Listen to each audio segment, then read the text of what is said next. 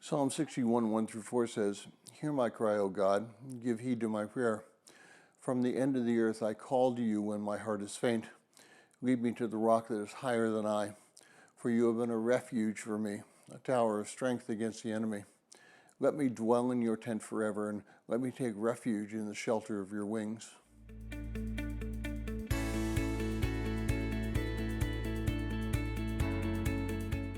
Now, if you're joining us in reading through this 6-month reading plan through the book of Psalms, today's reading is Psalm 61, and I encourage you to read that psalm. Have you ever been so scared that you might have prayed to God for him to protect you? And I don't think that I've spoken to anybody about a situation that happened to me early in my tour in Schweinfurt West Germany. In our early married life, Toni and I had not had a significant relationship with God. We'd attended a Greek Orthodox church and several times in Paso when we were stationed there, but real honestly, it was not something that was near and dear to our hearts.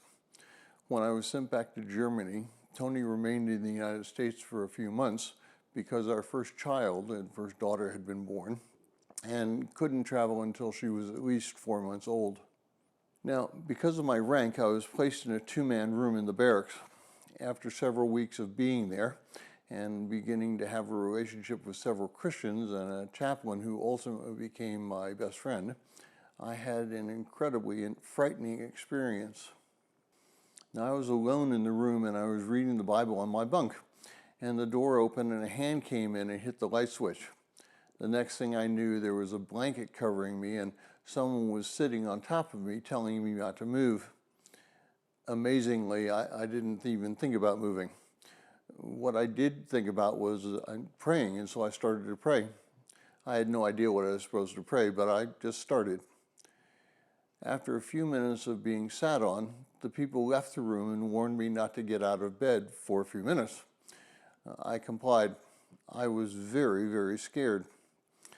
I ultimately came to find out that my roommate had a habit of selling drugs, and the 2 people that came in my room were searching for his stash. Now, I don't think I was comforted very much by that, and I changed rooms soon after. But in that experience, I took refuge in God.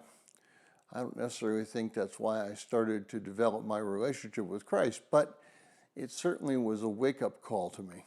Is there something that you are experiencing which you need to take refuge in God for, and to ask him to shelter him under your wings? And if you would like a PDF copy of this entire reading plan, please send an email to phineasjacobus@runningtohim.net.